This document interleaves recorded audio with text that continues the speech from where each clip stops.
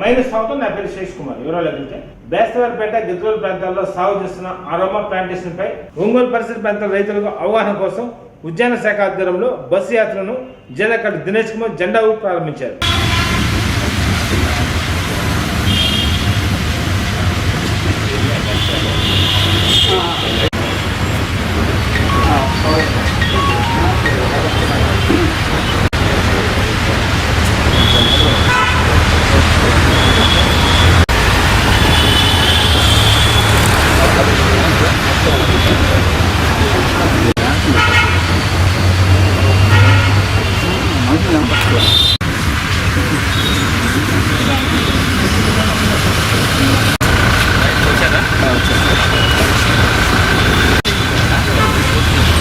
మరిపూడి మాట్లాడు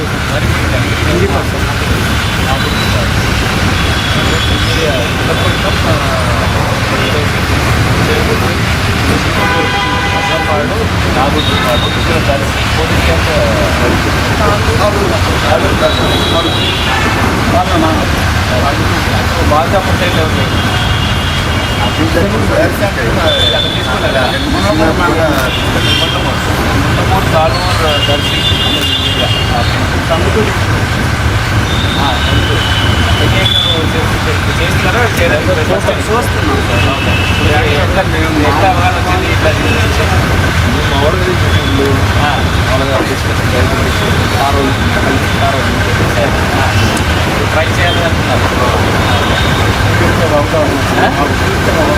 సరే ట్రై చేయాలి.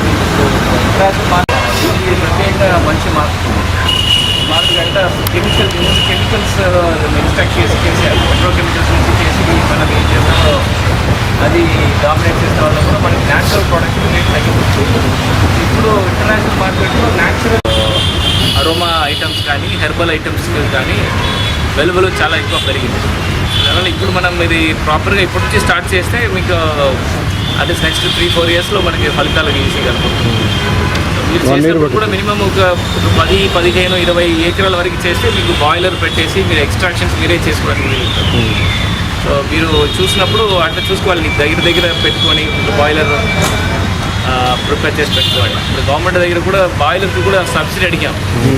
అది కూడా కమిషన్ ఒప్పుకున్నారు. ఎందుకంటే 20% వస్తారు, 40% సబ్సిడీలో బాయిలర్స్ కూడా ఇవ్వడానికి కమిషనర్ కూడా ప్రణాళిక పంపించాం. వాళ్ళు కూడా ఒప్పుకుంటారు. స్టార్ట్ చేస్తే ఒక 15 ఎకరాలు నియరెస్ట్ ఎవరు ఉంటే ఒక ఫార్మర్ దగ్గర పెట్టించేవచ్చు. మిగిలిన ఫార్మర్స్ అది దాంట్లో ఎక్స్ట్రాక్ట్ వాడుకోవచ్చు దీనికి ఎదురు పే చేసి. సో అట్లా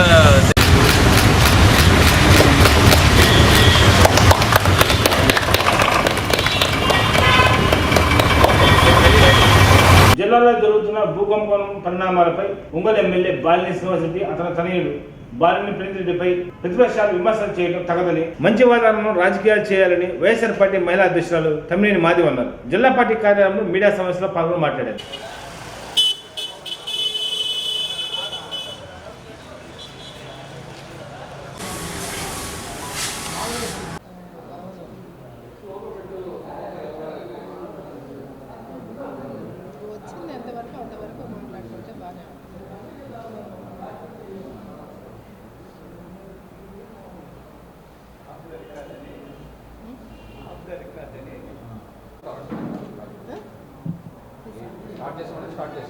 ఎవరు వస్తున్నారు?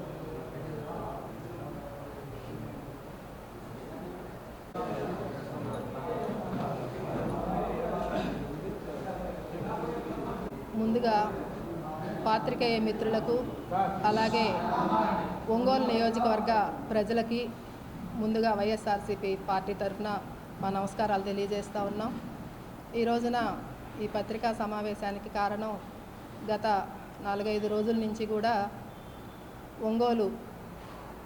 ఒంగోలులో అట్టుడికిపోతూ ఉన్న కార్యక్రమం ఏంటంటే స్టాంపుల కుంభకోణం, దొంగ పట్టాలు, ఇతరితర కార్యక్రమాలన్నీ కూడా మనం మీడియాలో చూస్తూ ఉన్నాం. ఈ విషయాల మీద పత్రికాముఖంగా కూడా మేము బాలినేని శ్రీనివాసరెడ్డి గారి గురించి, ఆయన తనయుడు ప్రణీత్ రెడ్డి గారి గురించి కూడా ప్రజల ముందు మరికొన్ని విషయాలు మేము ముందు పెట్టాలని చెప్పేసి ఒక ఉద్దేశంతో ఈ రోజున ఈ సమావేశం ఏర్పాటు చేయడం జరిగింది. ఎందుకంటే 5 సార్లుగా ఎమ్మెల్యేగా గెలిచినటువంటి బాలినేని శ్రీనివాసరెడ్డి గారు ఎటువంటి వ్యక్తి అనేది కొత్తగా ఎవరో చెప్పాల్సిన అవసరం ఒంగోలు ప్రజానికానికి లేదు. ఆయన మంచితనం, ఆయన ప్రజల్లోకి వెళ్ళే విధానం, ఆయన ప్రజల పట్ల స్పందించే గుణం, ఇవన్నీ కూడా ఒంగోలు ప్రజానికానికి సుపరిచితాలు. ఏ కష్టం వచ్చినా కూడా వాసన్న ఇంటి తలుపు తెరిచి ఉంటుందనేది ఒంగోలు నియోజకవర్గంలో ప్రజలందరికీ తెలిసిన విషయం. ఆయన చాలా సౌమ్యుడు, అలాగే మంచి మనిషి కూడా. ఎందుకంటే చిన్న విషయం ఏది జరిగినా కూడా మనసుతో స్పందించే నాయకుడు. అలాంటి నాయకులు ఈ రోజున చాలా అరుదు. ఎందుకంటే రాజకీయాల్లో రంగులు మార్చుకుంటూ వెళ్ళిపోతున్న రాజకీయం ఈరోజు మనం చూస్తూ ఉన్నాం తప్పితే మనసుతోటి స్పందించే నాయకత్వం అనేది చాలా అరుదు. వాళ్ళల్లో ముఖ్యమైన నాయకులు ఎవరన్నా ఉన్నారు అని అంటే బాలినేని శ్రీనివాసరెడ్డి గారు అనేది మేము ఘంటాపదంగా చెప్పగలం. ఆ విషయాన్ని ప్రూవ్ చేస్తూనే 5 సార్లు కూడా మరి ఆయన్ని ఎమ్మెల్యేగా గెలిపించిన దాఖలాలు ఒంగోలు ప్రజానికాన్ని అందరికీ కూడా తెలుసు. ఏదైతే ఈ రోజున ఈ పట్టాలు, దొంగ పట్టాలు కానివ్వండి, స్టాంపు కుంభకోణాలు కానివ్వండి, ఇవన్నీ ఏవైతే జరుగుతూ ఉన్నాయో మరి ఈ రోజున అది వెలుగులోకి వచ్చింది అంటే కారణం ఎవరు? బాలినేని శ్రీనివాసరెడ్డి గారు చొరవ తీసుకొని ఎవరున్నప్పటికీ కూడా బాధితులు ఎవరైతే ఉన్నారో వాళ్ళు నష్టపోకూడదు అనే ఒక ఉద్దేశంతో ఆయన సిట్ని ఏర్పాటు చేసి పార్టీ పరంగా వైఎస్ఆర్సీపీ నాయకులు ఉన్నప్పటికీ, అలాగే నా పక్కన నా అనుచరులు ఉన్నప్పటికీ కూడా నేను సహకరిస్తాను, ఈ కుంభకోణాలని ఈ విధంగా బాధితులు ఎవరైతే ఉన్నారో వాళ్ళు ఎవరు కూడా బాధపడకుండా వాళ్ళకి సత్వర న్యాయం చేయాలనే ఒక ఉద్దేశంతో మరి సిట్ని ఆయనే ఏర్పాటు చేశాడు. కాబట్టి ఆయన సహకరించబట్టే మొన్న ఎస్పీ గారు కానివ్వండి, కలెక్టర్ గారు కానివ్వండి కూడా చెప్పారు, శాసనసభ్యుల వారు మాకు చాలా చక్కగా ఈ విషయాల మీద ఆయన సహకరించారు కాబట్టే మేము ఈ విధంగా స్పందించి వెంటనే మేము ఈ కేసుని దర్యాప్తు చేసి ముందుకు తీసుకొని వెళ్ళి ఇప్పటికీ 7గురిని అరెస్ట్ చేయడం కూడా జరిగింది. మరి ఇటువంటి ఈ వాస్తవాలన్నిటినీ కూడా మరుగున పెట్టేసి ప్రతిపక్షం వాళ్ళు కొంతమంది అత్యుత్సాహంతో, ఎందుకంటే పార్టీలు వస్తుంటాయి పోతుంటాయి, రాజకీయ నాయకులు ఎవరు శాశ్వతంగా ఉండరు, అధికారంలో ఒకసారి ఒకళ్ళు ఉంటే రెండోసారి ఇంకొకళ్ళు ఉంటారు, అవి తప్పులు కొన్ని జరిగిపోతూ ఉంటాయేమో. కానీ అక్కడ ఎవరి గురించి మాట్లాడుతున్నాం, ఏ నాయకుడి గురించి మాట్లాడుతున్నాం, ఒక శాసనసభ్యుల వారు వాళ్ళని ఏ భాషతోటి మనం మాట్లాడాలనేది కూడా ఈ రోజున మర్చిపోయి మాట్లాడుతూ ఉన్నారు. అది దాన్ని మేము తీవ్రంగా ఖండిస్తున్నాం. ఎందుకంటే అక్కడ ఏ పార్టీ నాయకుడన్నా కానివ్వండి, ఎవరన్నా కానివ్వండి, కానీ ఒక పద్ధతి అనేది మాత్రం దారి తప్పి ఈ రోజున వెళ్తూ ఉన్నారనేది మాత్రం మేము చాలా బాధపడతా ఉన్నాం. అలాగే ఎవరైతే వీటిలో ఎవరైతే బాధితులు ఉన్నారో వాళ్ళకి సత్వర న్యాయం చేసే దాంట్లో మరి ఆయన తన వంతు తను బహిరంగంగా ప్రెస్ ముందుకు వచ్చి నేను సహకరిస్తాను, ఏ పార్టీ వాళ్ళైనా సరే, మా పార్టీ వాళ్ళు ఉన్నా సరే అని మరి ఆయన చెప్పినప్పుడు మరి దాన్ని ఎందుకు పాజిటివ్గా తీసుకోకుండా ప్రతిపక్షం వాళ్ళు విమర్శలు చేస్తూ అదేమంటే ఆయన కమలాసన్ యాక్షన్ అంటారు, అసలు ఏం మాట్లాడుతున్నారో చూసే జనాలు ఏమనుకుంటారో అనే ఒక ఇది కూడా లేకుండా ఈ రోజున మాట్లాడుతూ ఉన్నారు. వాటన్నిటినీ కూడా మేము తీవ్రంగా ఖండిస్తూ, ముఖ్యంగా ఏదైతే బాలినేని కుటుంబం గురించి తెలియని వ్యక్తులు ఒంగోలు నియోజకవర్గంలో లేరు. అలాగే ప్రణీత్ బాబు వచ్చేసి తండ్రికి తగ్గ తనయుడుగా తను ఈ రోజున ఏదైతే రాజకీయ వారసత్వాన్ని పుణికిపుచ్చుకోవాలనే ఒక ఉద్దేశంతో తను రాజకీయంగా జనంలోకి వెళ్ళి సమస్యలు ఎక్కడైతే ఉన్నాయో ఆ సమస్యల్ని గుర్తించి అధికారులతోటి మాట్లాడి ఆ సత్వరమే పరిష్కార దిశగా వాటిని తీసుకొని వెళ్తూ కార్యకర్తలకు అందుబాటులో ఉంటూ ఈ రోజున ఒంగోలు నియోజకవర్గంలో ప్రణీత్ రెడ్డి గారు పర్యటన చేస్తూ ప్రజల్లోకి వెళ్తూ ఉన్నారు. మరి దీన్ని కూడా వీళ్ళు జీర్ణించుకోలేక, ఎందుకంటే బాలినేని శ్రీనివాసరెడ్డి గారి కుటుంబం ఎలాంటిదో ప్రజలకు తెలుసు, మరొక మారు రేపు 24లో పట్టం కడతారు అనే ఒక భయంతో ఈ రోజున బాలినేని కుటుంబం మీద అవాకులు చవాకులు పేలటమే కాకుండా అవాస్తవాలను కూడా గుడ్డగాల్చి మొహం మీద వేసే విధంగా ఈ రోజున జరుగుతూ ఉన్నాయి. వీటన్నిటినీ కూడా మేము తీవ్రంగా ఖండిస్తున్నాం. ఎందుకంటే ప్రణీత్ బాబు మీద చేసిన ఆరోపణలు కానీ, ఏదన్నా ఒక్కటి కూడా రుజువు చేసిన దాఖలా అయితే లేదు. ఏవైతే ఆరోపణలు అయితే చేసేస్తూ ఉన్నారు, ఎందుకంటే ఈ రోజున మీడియా అందరికీ అందుబాటులో ఉంది కాబట్టి ఏదో ఒకటి మాట్లాడాలా, దాన్ని జనంలోకి తీసుకొని వెళ్ళి అబద్ధాన్నే నిజం అని చెప్పేసి జనాన్ని నమ్మించే విధంగా ఈ రోజున ప్రయత్నాలు జరుగుతూ ఉన్నాయి. వాటన్నిటినీ కూడా మేము తీవ్రంగా ఖండిస్తూ ఉన్నాం. ఎందుకంటే ప్రణీత్ రెడ్డి అనే వ్యక్తి తండ్రి బాటలో పయనిస్తూ రాజకీయంగా కార్యకర్తలకు అందుబాటులో ఉంటూ పార్టీని ఏ విధంగా ఒంగోలు నియోజకవర్గంలో బలోపేతం చేసుకోవాలనే ఒక కాన్సెప్ట్లో మాత్రమే అతను ముందుకు వెళ్తూ ఉన్నాడు. ఎక్కడైనా కానీ ప్రణీత్ రెడ్డి గారి మీద అవినీతి అనేది ఒకటి రుజువు చేయాలని చెప్పేసి కూడా మేము కోరుకుంటా. ఎందుకంటే ఆ కుటుంబం ఎప్పుడూ కూడా పెట్టే కుటుంబమే కానీ ఏదో ఎదుటి వాళ్ళ మీద దౌర్జన్యాలు చేసో అక్రమాలు చేసో సంపాదించుకునే కుటుంబం అయితే కాదు. అది స్పష్టంగా అందరికీ తెలిసినప్పటికీ కూడా ఈ విధమైన అవాస్తవాలని మాట్లాడి ఏదో జనంలో పలుచన చేయాలని చెప్పేసి అనుకోవటం నిజంగా సిగ్గుచేటుగా మేము భావిస్తూ, ఇటువంటి ఆరోపణలు ఏదైతే ఉన్నాయో మీరు సహకరించండి. ప్రతిపక్షంగా ఏదైతే మరి ఈ రోజున బాలినేని శ్రీనివాసరెడ్డి గారు సిట్ ఏర్పాటు చేశారో, మరి దానిలో ఎవరైతే ఇంకా బాధితులు ఉన్నారో వాళ్లకు కూడా మీరు తీసుకొని వచ్చి ప్రభుత్వం ముందుకు తీసుకొని రండి. ఎస్పీ గారు కానివ్వండి, కలెక్టర్ గారు కానివ్వండి, ఈ రోజున సిట్లు ఎవరైతే వేశారో ఆ కమిటీ ముందుకు తీసుకొని వస్తే వాళ్ళకి సత్వర న్యాయం మీరు చేసిన వాళ్ళు అవుతారు. ప్రతిపక్షంగా మీ ధర్మం మీరు చేయండి. అంతేకాని ఏది పడితే అది మాట్లాడుతూ ఒక గౌరవ శాసనసభ్యుల వారిని అలాగే వాళ్ళ తనయుడిని కూడా టార్గెట్ చేస్తూ మాట్లాడటం అనేది మేము దాన్ని తీవ్రంగా ఖండిస్తూ ఉన్నాం. ఇది ఇంకొకసారి రిపీట్ కాకుండా మంచి వాతావరణంలో రాజకీయాలు చేయాలని చెప్పేసి కూడా మేము ప్రతిపక్షం వారిని కోరుకుంటూ సెలవు తీసుకుంటున్నాం. యానాదులకు చట్టసభలో రాజకీయ ప్రాతినిధ్యం కల్పించాలని కోరుతూ ఈ నెల 29వ తేదీన ఒంగోలులో యానాదులో రాజకీయ సదస్సు నిర్వహిస్తున్నామని రాష్ట్ర అధ్యక్షులు కల్లూరు చిన్న పెంచలయ్య తెలిపారు. స్థానిక ఒంగోలు ప్రెస్ క్లబ్లో మీడియా సమావేశంలో పాల్గొని మాట్లాడారు. ఈ కార్యక్రమంలో రాష్ట్ర ప్రధాన కార్యదర్శి వెంకట సుబ్బయ్య, రాష్ట్ర కోశాధికారి ప్రభావతి, వెంకట సుబ్బయ్య, బ్రహ్మయ్య, చౌవూరి సుబ్బారావు తదితరులు బాగున్నారు. మీరు కొంచెం వెనకండి పట్టుకోపోయినా అలాగే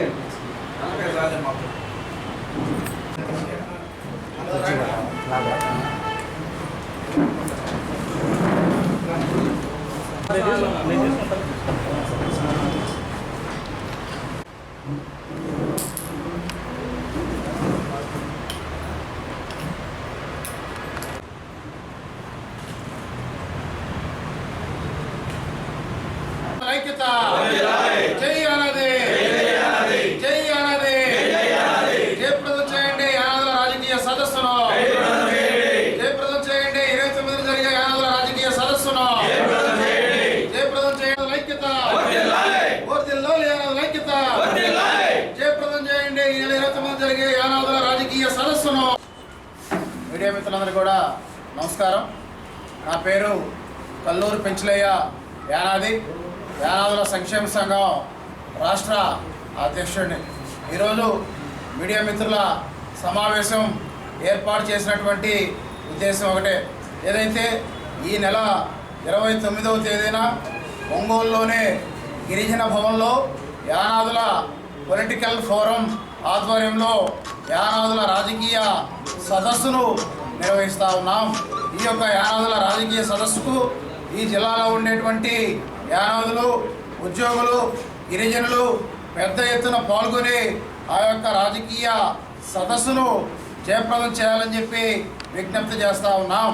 ఏదైతే ప్రధానంగా ఈ యొక్క రాజకీయ సదస్సు ఉద్దేశం ఒకటే. ఈ రాష్ట్రంలో దాదాపు యానాదులో 10 లక్షల మంది జనాభా ఉన్నారు. అయినా కూడా ఏదైతే ఈ రాష్ట్రంలో ఉండేటువంటి రాజకీయ పార్టీలు ఇప్పటికి కూడా యానాదులకు చట్టసభల్లో ప్రాతినిధ్యం కల్పించలేదు. అందుకని చెప్పి మేము ప్రధానంగా యానాదులకు చట్టసభల్లో రాజకీయ ప్రాతినిధ్యం కల్పించాలి అనేటువంటి డిమాండ్తో ఈ యొక్క రాజకీయ సదస్సును నిర్వహిస్తూ ఉన్నాం. ఈ రాష్ట్రంలో ఉండేటువంటి యానాదుల పరిస్థితి ఎలా ఉందంటే అమ్మ పెట్టదు అడక తినవదు అన్నట్లుగా యానాదుల పరిస్థితి ఉంది. ఎందుకంటే ఏదైతే ఈ రాష్ట్రంలో 10 లక్షల మంది జనాభా ఉన్నటువంటి యానాదుల యొక్క సమస్యలను ఏదైతే గెలిచినటువంటి ఎమ్మెల్యేలు కానీ, ఎంపీలు కానీ, మంత్రులు కానీ చట్టసభలో ప్రస్తావించరో రాష్ట్రంలో ప్రస్తావించట్లేదు. ఏదైతే యానాదుల్ని ఎమ్మెల్సీ చేసి లేకపోతే యానాదులకు చట్టసభల్లో అవకాశాలు కల్పిస్తారా అంటే అది కూడా లేదు. ఏదైతే ఈ రాష్ట్రంలో ఉండేటువంటి యానాదుల పరిస్థితి రెంటికి చెడ్డ రేవడిలాగా ఉంది అని చెప్పి మేము సందర్భంగా తెలియజేస్తూ ఏదైతే ఒకటే తెలియజేస్తా ఉన్నాం, యానాదులకు చట్టసభల్లో అవకాశాలు కల్పించాలని చెప్పి డిమాండ్ చేస్తూ ఉన్నాం. అలాగే వచ్చేటువంటి ఎన్నికల్లో దాదాపు యానాదులు అత్యధికంగా ఉన్నటువంటి 5 అసెంబ్లీ స్థానాలను యానాదులకు కేటాయించాలని చెప్పి మేము ఈ సందర్భంగా డిమాండ్ చేస్తూ ఉన్నాం. ఇంకోటి కూడా తెలియజేస్తూ ఉన్నాం, ఏదైతే ముఖ్యమంత్రి జగన్మోహన్ రెడ్డి గారు అప్పట్లో ప్రతిపక్ష నేతగా ప్రజా సంకల్ప యాత్ర చేసినటువంటి సందర్భంలో 111వ రోజు పాదయాత్రలో ఆయన మాకు ఒక హామీ ఇచ్చారు. ఏదైతే యానాదులకు ప్రత్యేక కార్పొరేషన్ ఇస్తామని చెప్పారు, అలాగే ఎమ్మెల్సీ ఇస్తామని చెప్పి చట్టసభలో అవకాశం ఇస్తామని చెప్పి హామీ ఇచ్చారు. నేటికి ఆ హామీ అమలుకు నోచుకోలేదు. అందుకని ముఖ్యమంత్రి జగన్మోహన్ రెడ్డి గారిని కానీ అలాగే ఇతర పార్టీల నాయకులు కానీ ఖచ్చితంగా మీరు యానాదులకు రాజకీయ ప్రాతినిధ్యం కల్పించాలని చెప్పి మేము ఈ సందర్భంగా డిమాండ్ చేస్తూ ఉన్నాం. అలాగే ఏదైతే ముఖ్యమంత్రి జగన్మోహన్ రెడ్డి గారు 1,00,000 జనాభా, 50,000 జనాభా, 2,00,000 జనాభా ఉన్నటువంటి వాళ్ళందరూ కూడా కార్పొరేషన్ ఇస్తూ ఉన్నారు. మరి 10 లక్షల మంది జనాభా ఉన్నటువంటి యానాదులకు ఎందుకు కార్పొరేషన్ ఇవ్వరని చెప్పి మేము ఈ సందర్భంగా ప్రశ్నిస్తూ ఉన్నాం. వెంటనే యానాదులకు ప్రత్యేక కార్పొరేషన్ ఇవ్వడంతో పాటు చట్టసభల్లో అవకాశం కల్పించాలని చెప్పి మేము ఈ సందర్భంగా డిమాండ్ చేస్తూ ఉన్నాం. అలాగే ఏదైతే నెల్లూరు ఐటీడీఏ నెల్లూరులో యానాదుల కోసం అంటూ ఐటీడీఏ కార్యాలయం ఉంది, కానీ ఆ యొక్క ఐటీడీఏ పరిధిలో ఉండేటువంటి ఒంగోలు జిల్లాలో కూడా ప్రాంతీయ కార్యాలయాన్ని కూడా ఏర్పాటు చేయాలని చెప్పి మేము ఈ సందర్భంగా డిమాండ్ చేస్తూ ఉన్నాం. అందుకని మేము ప్రధానంగా ఒకటే తెలియజేస్తూ ఉన్నాం, అయ్యా ఎవరైతే యానాదులకు సంబంధించినటువంటి మేము పెట్టేటువంటి సమస్యలు, మేము పెట్టేటువంటి డిమాండ్లు ఎవరైతే ఏ రాజకీయ పార్టీ అయితే వాళ్ళ యొక్క మేనిఫెస్టోలో పెట్టి మాకు స్పష్టమైనటువంటి హామీ ఇస్తారో వాళ్ళకే వచ్చేటువంటి ఎన్నికల్లో యానాదుల యొక్క మద్దతు ఉండబోతుందని చెప్పి మేము సందర్భంగా తెలియజేస్తూ ఉన్నాం. ఎందుకంటే ఈ రాష్ట్రంలో దాదాపు 40 లక్షల మంది గిరిజనులు ఉన్నారు. 40 లక్షల మంది గిరిజనుల్లో దాదాపు 3వ వంతు 10 లక్షల మంది యానాదులు ఉన్నారు. జనాభా పరంగా మొదటి స్థానంలో ఉన్నటువంటి యానాదులకు పదవుల పరంగా వచ్చేసరికి తీవ్రమైనటువంటి అన్యాయం జరుగుతూ ఉంది. అందుకని మేము ఖచ్చితంగా డిమాండ్ చేస్తూ ఉన్నాం, యానాదులకు చట్టసభలో అవకాశాలు కల్పించాలి, ప్రత్యేక కార్పొరేషన్ ఇవ్వాలి, అలాగే యానాదులకు ఎస్టీ కమిషన్లో కూడా చోటు కల్పించాలి. ఎందుకంటే ఏదైతే 1,00,000 జనాభా ఉన్నటువంటి వాళ్ళకి ఎస్టీ కమిషన్లో చోటు కల్పిస్తూ ఉన్నారు, 3 లక్షల జనాభా ఉన్నటువంటి ఎస్టీ కమిషన్లో చోటు కల్పిస్తూ ఉన్నారు, కానీ 10 లక్షలకి మైదాన ప్రాంతంలో 10 లక్షల మంది ఉన్నటువంటి యానాదులకు మాత్రం సముచిత స్థానం కల్పించట్లేదు.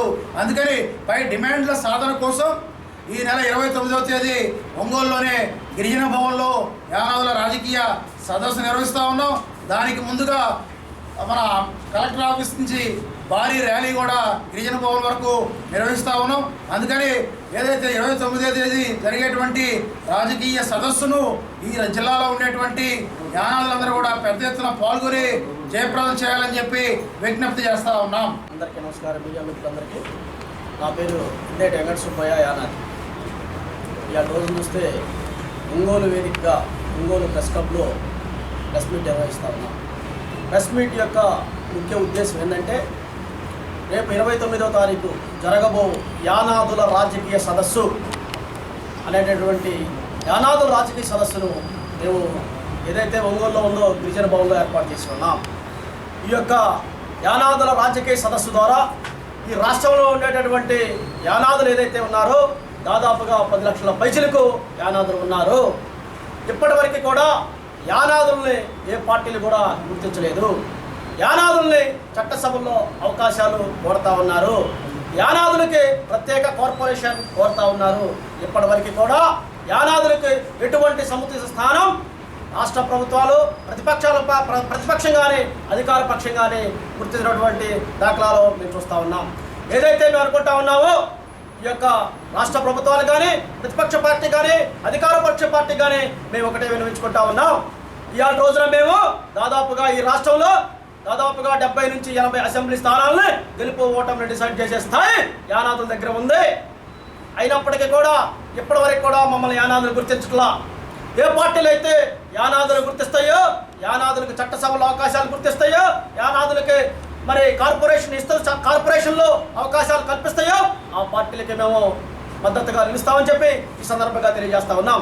ఏదైతే రేపు 29వ తారీఖు జరగబోయేటటువంటి యానాదుల రాజకీయ సదస్సును ఒంగోలు జిల్లాలో ఉండేటటువంటి నా యొక్క యానాది సోదరిమణులందరూ కూడా పెద్ద ఎత్తున భారీ సంఖ్యలో హాజరై ఆ యొక్క యానాదుల రాజకీయ సదస్సును జయప్రదం చేయాలని ఈ సందర్భంగా కూడా తెలియజేస్తా ఉన్నాం.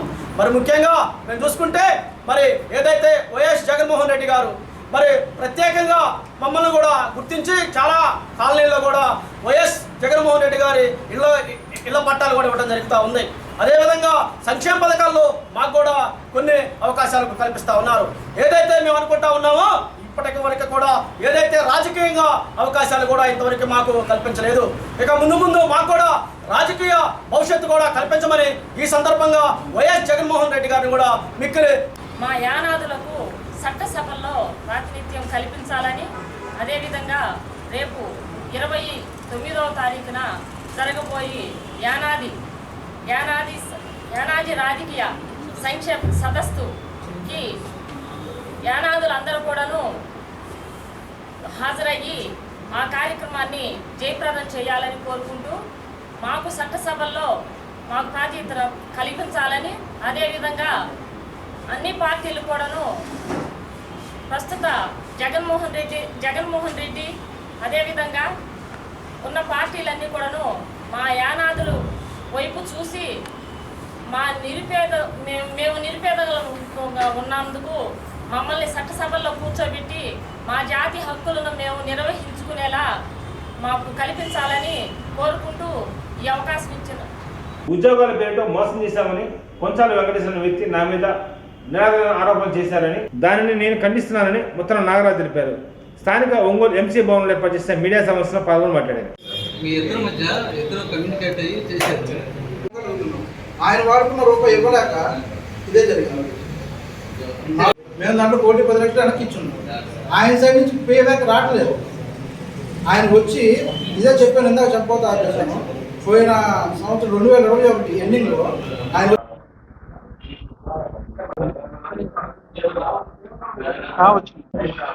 ముందుగా ఇక్కడికి వచ్చిన మీడియా మిత్రులకు, ప్రింట్ మీడియా వారికి నమస్కారాలండి.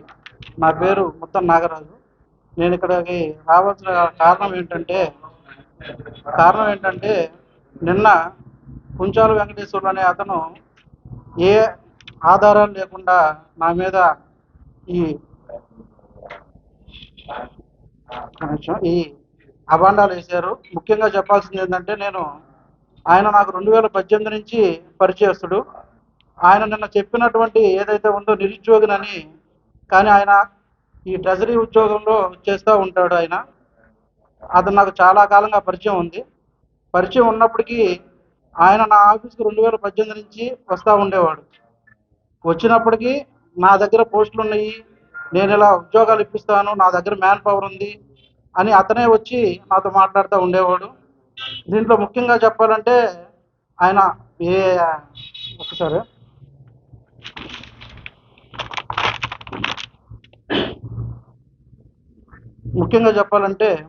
పలు విధాలుగా ఒకసారి 1,60,00,000 ఇంకోసారి 2.5 కోటి అని, ఒకసారి 2,70,00,000 5 కోట్ల రూపాయలని ఆధారాలు లేని కేసులు నా మీద చాలా వేశారు. దాన్ని డిఎస్పీ ఆఫీస్లో పరిశీలించిన తర్వాత 1,60,00,000 తేల్చిన తర్వాత ఒక అగ్రిమెంట్ అనేది జరిగింది మాకు. దాంట్లో 1,10,00,000 రూపాయలు అక్షరాల మేము వెనక కట్టిన దస్తావేజు అగ్రిమెంట్ ఉందండి మా దగ్గర. ఇది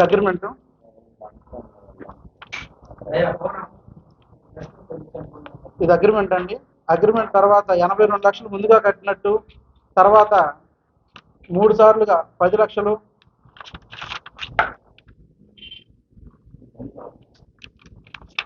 పెద్దల సమక్షంలో మేము కట్టిన దానికి ప్రతి ఒక్కదానికి రుజువు ఉందండి. 3 సార్లుగా డిఎస్పీ ఆఫీస్లో అక్కడున్న ఈ ఎంప్లాయీస్ ఎవరైతే ఉన్నారో వాళ్ళ సమక్షంలో మేము డబ్బులు కట్టి అగ్రిమెంట్ చేసుకున్నది ఉంది. మాకు పోయిన సంవత్సరం మే వరకు గడువు ఇచ్చారు. మిగిలిన దానికి టైం అడగగా నేను కట్టలేను ఇంకా అని చెప్పి మళ్ళీ 2,70,00,000కి ప్రత్యేకంగా కేసు నమోదు చేయించారు. ఆ కేసు తాలూకా డాక్యుమెంట్స్ ఇవేనండి. కేసు తాలూకా ఎఫ్ఐఆర్ కాపీ ఇది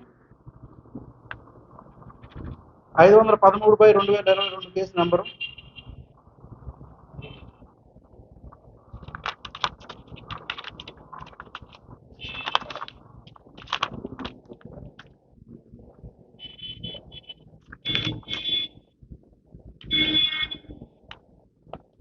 ఆయన ఇచ్చిన కంప్లైంట్లో 2,70,00,000 అని చెప్పిన తర్వాత వాళ్ళు విచారించి డిఎస్పీ ఆఫీసర్ విచారించిన కాపీ 1,60,00,000 తేలింది.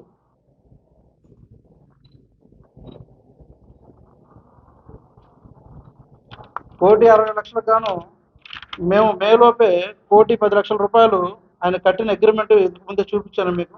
మిగిలిన దానికి టైం అడిగితే అలా కాదు, నాకు 2,70,00,000 ఇవ్వాలని చెప్పి మళ్ళీ కేసు నమోదు చేసినప్పుడు నేను హైకోర్టు వారికి ఫిర్యాదు చేసి హైకోర్టు వారిని సంప్రదించి అక్కడి నుంచి బెయిల్ తెచ్చుకోవడం జరిగిందండి.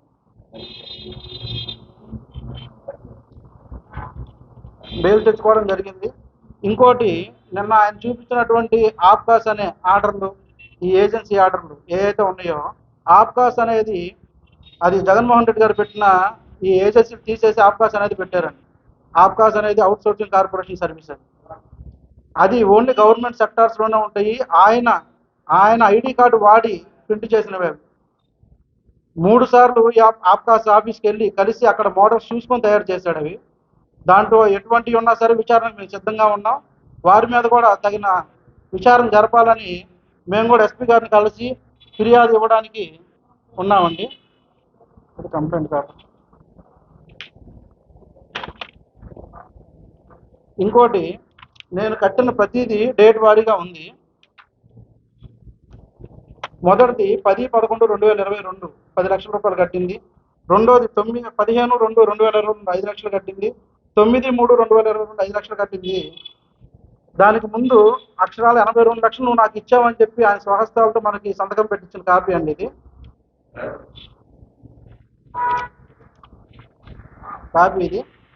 ఇది 2022 29/11 నెల. అంటే నేను డబ్బులు కట్టిన 10 రోజులు 15 రోజుల తర్వాత ప్రింట్ అయిన పేపర్ అండి ఇది. ఏబిఎన్ వార్త మొత్తం పేపర్లు ఇవి. ఆ టయానికి ఆయన మీద కలెక్టర్ గారికి ఎస్పీ గారికి ఫిర్యాదు ఇచ్చిన కాపీ. ఆయన గురించి పేపర్లో వచ్చి ఫిర్యాదు ఇస్తే ఆ టయానికి ₹1,00,00,000 డబ్బులు ఎవరు కట్టారు ఏందనేది కూడా లేకుండా మా సైడ్ నుంచి వెళ్ళిన ₹1,10,00,000 ఆయన కట్టింది కాదు, చేసింది కాదు. మా సైడ్ నుంచి రావాల్సిన కొంత మొత్తానికి ఆయన ఇంకా ₹2,70,00,000 ఇవ్వాలి అనేది మాట్లాడటం హాస్యాస్పదంగా ఉంది నిజంగా చెప్పాలంటే. ఈ రెండు ఇప్పుడుది కాదండి, 29/11/2022 ఆయన గురించి 3 సంవత్సరాల తర్వాత, ఇప్పుడు 2 సంవత్సరాల తర్వాత నా మీద కంప్లైంట్ ఇవ్వడం కాదు. 2 సంవత్సరాల ముందు మేము ఇచ్చిన డబ్బులకి ఆయన ఎవరు కట్టకపోగా వాళ్ళందరూ కంప్లైంట్లు పెట్టిన పేపర్లు అవి, ఫ్యామిలీస్ వాళ్ళవి.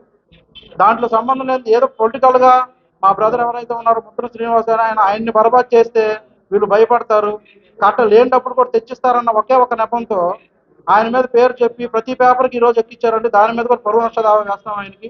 మేము డబ్బులు కట్టిన తర్వాత కూడా మా సంస్థల నుంచి ఏజెన్సీలు అనేవి 100 మందికి నిరుద్యోగులకు ఇచ్చామండి మేము. దానికి కావాల్సిన ఆధారాలు కూడా మా కాడ ఉన్నాయి. ఆయన ఏమి ఇచ్చాడని అన్ని కోట్లు వసూలు చేశాడు. అన్ని కోట్ల రూపాయలు వసూలు చేయడానికి ఆయనకి ఏముంది? ఒక గవర్నమెంట్ ఉద్యోగం అనే, మాజీ సర్పంచ్ అనే, ఎలా వసూలు చేశాడు ఆయన? వసూలు చేసిన పిల్లలు ఎందుకు రావట్లేదు మా కాడికి? ఆయన దగ్గరికి వెళ్ళి ఆయన మీద కేసులు పెడతానంటే నన్ను ఎందుకు చూపించలేదు? చాలా దూరం నుంచో పెట్టేవాడు మమ్మల్ని. డబ్బులు ఆయన వసూలు చేసుకునేవాడు. కలెక్టర్ ఆఫీస్ చెట్టు కింద బ్యాంక్ దగ్గర నుంచో పెట్టేవాడు మమ్మల్ని. ఓసారి రండి మాట్లాడాలని పిల్లలందరితో పక్కన రూమ్లో మాట్లాడుకునేవాడు. డబ్బులు అక్కడ కలెక్ట్ చేసుకునేవాడు. కృష్ణమూర్తి లెక్కేసేవాడు. కట్టలు కట్టి పక్కన పెడితే ఇంటికి తీసుకెళ్ళేవాడు బండిలో పెట్టుకుని. ఆయన నా కాడ అన్ని సాక్ష్యాలు ఉన్నాయండి. అవి తీసుకొనే మేము లీగల్గా ప్రొసీడ్ అవ్వాలనుకుంటున్నాం.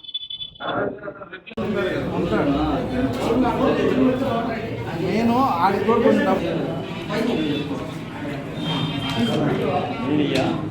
ఏమో 3 డేట్లు రాసి సంతకం పెట్టింది.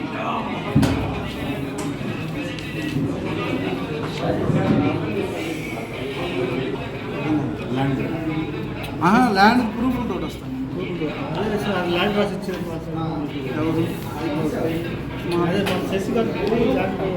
అది మంది కాదు, శశికాంత్ ల్యాండ్ అది కోటేశ్వరం అనే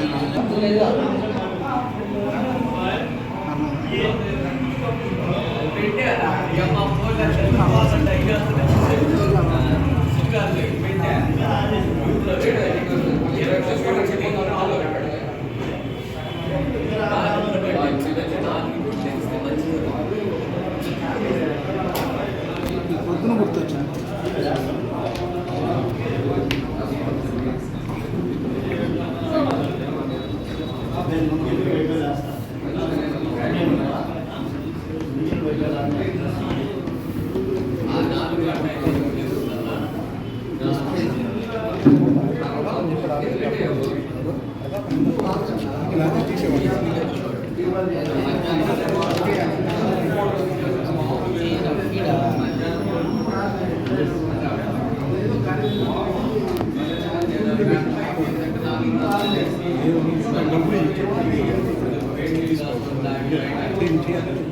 జిల్లాలో జరిగిన భూ కుంభకోణంపై ఏ పార్టీ వారైనా సరే దోషులను కఠినంగా శిక్షించాలని ఒంగోలు ఎమ్మెల్యే బాలినేని శ్రీనివాసరెడ్డి చెప్పారని వైఎస్ఆర్ పార్టీ నాయకులు కొమ్మూరి రవిచంద్రన్ స్థానిక జిల్లా పార్టీ కార్యాలయంలో మీడియా సమావేశంలో పాల్గొని మాట్లాడారు.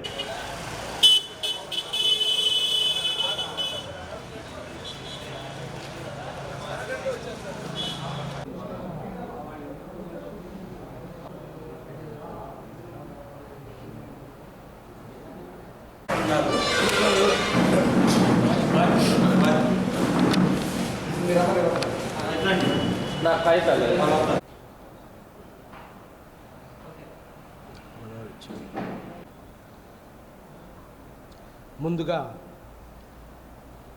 ఎలక్ట్రానిక్ మీడియా వారికి, మీడియా మిత్రులకి అందరికీ నా నమస్కారాలు.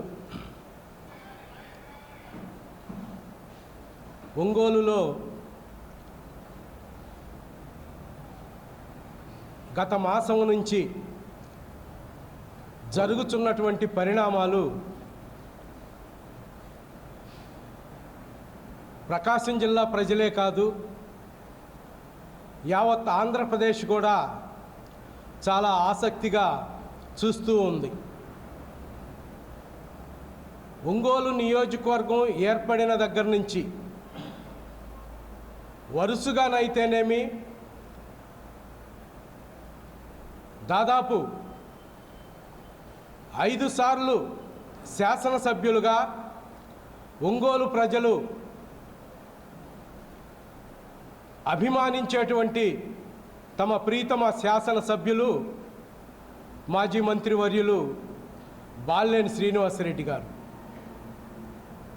గత 5 పర్యాయాలు ఆయన శాసనసభ్యునిగా, ఈ రాష్ట్ర మంత్రివర్యులుగా పనిచేసి రాష్ట్ర నాయకులుగా ఎదిగినటువంటి విషయం అందరికీ తెలిసినటువంటి విషయమే. మరి అటువంటి శాసనసభ్యులు ఈరోజు కొంతమంది అహంకారపూరితంగా వ్యవహరిస్తున్నటువంటి వ్యవహారాలతో బాధపడడం ఒంగోలు ప్రజలు చూడలేనటువంటి పరిస్థితి. మనందరికీ తెలుసు, వెంకటేశ్వర రెడ్డి గారు ఒంగోలు కాంగ్రెస్ పార్టీ అధ్యక్షులుగా, అదేవిధంగా సెంట్రల్ బ్యాంక్ చైర్మన్గా పనిచేసి ఆయన సుపుత్రుడైనటువంటి బాలినేని శ్రీనివాసరెడ్డి గారిని రాజకీయ అరంగేట్రం చేయించి రాజకీయాల్లోకి యూత్ కాంగ్రెస్ నుంచి వచ్చినప్పటి నుంచి తనకి సన్నిహితంగా ఉండేటువంటి వారైతేనేమి, అదేవిధంగా తనతో పాటు పనిచేసే వారితో కానీ అందరితో కూడా చాలా అవినాభావ సంబంధాలను ఏర్పాటు చేసుకొని వారికి ఒక నాయకుడిగా ఎదిగి రాష్ట్ర నాయకత్వ మన్ననలు పొందినటువంటి వ్యక్తి బాలినేని శ్రీనివాసరెడ్డి గారు. మొట్టమొదటి నుంచి ఆయన నైజం తన దగ్గర లేకపోయినా ఏదో ఒక విధంగా ఎవరైతే ఇబ్బంది పడుతున్నారో, ఎవరైతే కష్టాలు పడుతున్నారో వారిని ఆదుకోవాలనేటువంటి ఒక ఆతృత, ఒక తాపత్రయం ఆయనలో స్పష్టంగా కనిపిస్తూ ఉంటుంది. ఎందుకంటే గత 35 సంవత్సరాలుగా ఆయనని చాలా దగ్గరగా పరిశీలిస్తున్నాము కాబట్టి ఈ విషయాన్ని చెప్పగలుగుతున్నాం. ఆయన వ్యక్తిత్వం 10 మందికి కూడా ఆదర్శంగా ఉంటుంది. కాబట్టి ఈరోజు రాజకీయాల్లో అనేక కుట్రలు జరుగుతుంటాయి, కుతంత్రాలు జరుగుతుంటాయి. ఒకరిని మించి ఒకరు ఎత్తుకి పై ఎత్తులు వేస్తూ ఉంటారు. అది ఆహ్వానించదగ్గదే. కానీ మరీ దారుణంగా ఒక కుట్రని ఒక వ్యక్తి మీద నెపం వేసి రాజకీయాల నుంచి దూరం చేయాలనుకోవడం చాలా దుర్మార్గం. ఇది సొంత పార్టీలో అయితేనేమి, ఇతర పార్టీ వాళ్ళైతేనేమి, రాజకీయాల్లో ఈ మధ్య జరుగుతున్నటువంటి ఈ క్రీడ ప్రజలందరూ గమనిస్తున్నారు. బాలినేని శ్రీనివాసరెడ్డి గారు ఎంత ఉన్నతమైనటువంటి ఆదర్శప్రాయమైనటువంటి వ్యక్తో ప్రకాశం జిల్లా ప్రజలకే కాదు, ఈ రాష్ట్ర ప్రజలకు కూడా తెలుసు. కాబట్టి ఎవరెన్ని కుట్రలు, కుతంత్రాలు, కుయుక్తులు చేసినప్పటికీ కూడా ఈ ఒంగోలు నియోజకవర్గ ప్రజలు ఆయనని తన గుండెల్లో పెట్టుకొని ఉన్నారు.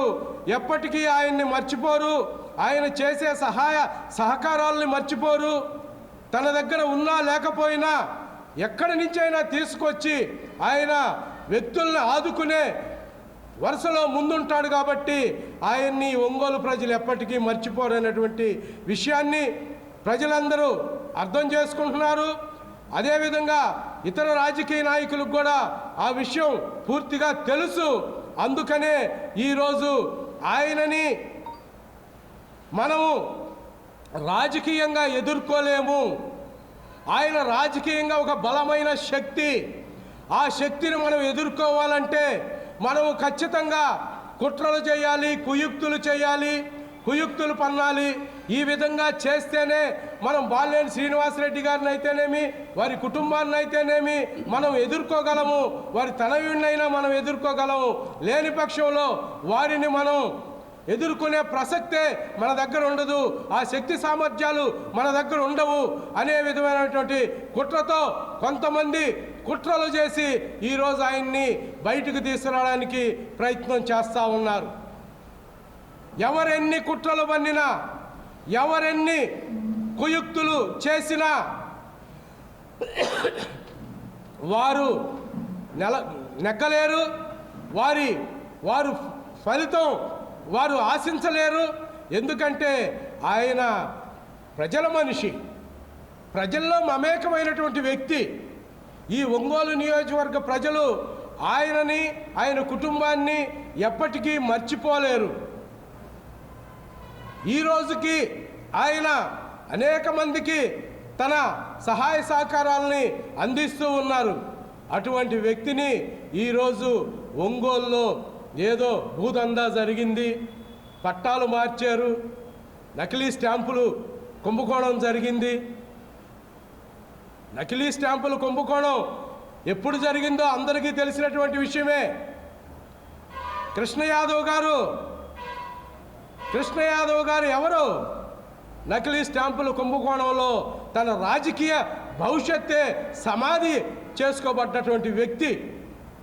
అదేవిధంగా మహారాష్ట్ర నుంచి తెలుగు మరి వాళ్ళు ఆ విధంగా బలైపోయినటువంటి వాళ్ళు. కాబట్టి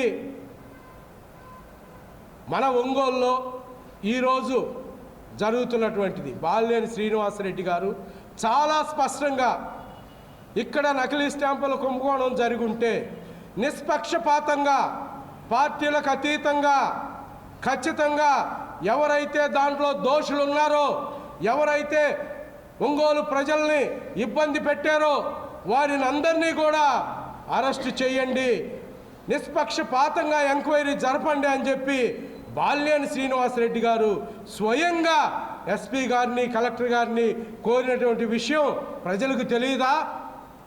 ప్రజలు ఏమన్నా మర్చిపోయారా?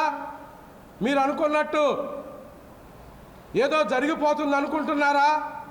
ఏమీ జరగదు.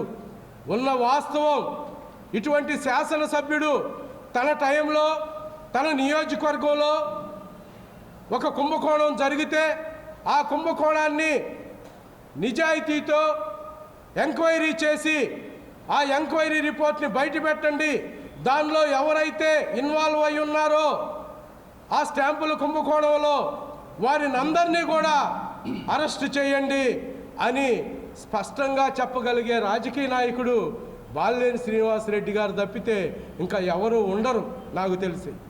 కాబట్టి దయచేసి ఒంగోలు ప్రజలకి పూర్తిగా అర్థమైంది ఇక్కడ ఏం జరుగుతుందో. బాలినేని శ్రీనివాసరెడ్డి గారి కుటుంబాన్ని ఎందుకు అప్రదిష్ట పాలు చేయాలని ఈరోజు కంకణం కట్టుకొని ఉన్నారో ఒకే ఒక్క విషయం అండి, ఒంగోలు నియోజకవర్గంలో బాలినేని శ్రీనివాసరెడ్డి గారిని ఢీకొట్టడం, ఆయన్ని ఎదుర్కోవడం చాలా కష్టసాధ్యమైనటువంటి పని అనేటువంటి విషయం. ఈ వార్తను సమాప్తం. నమస్కారం.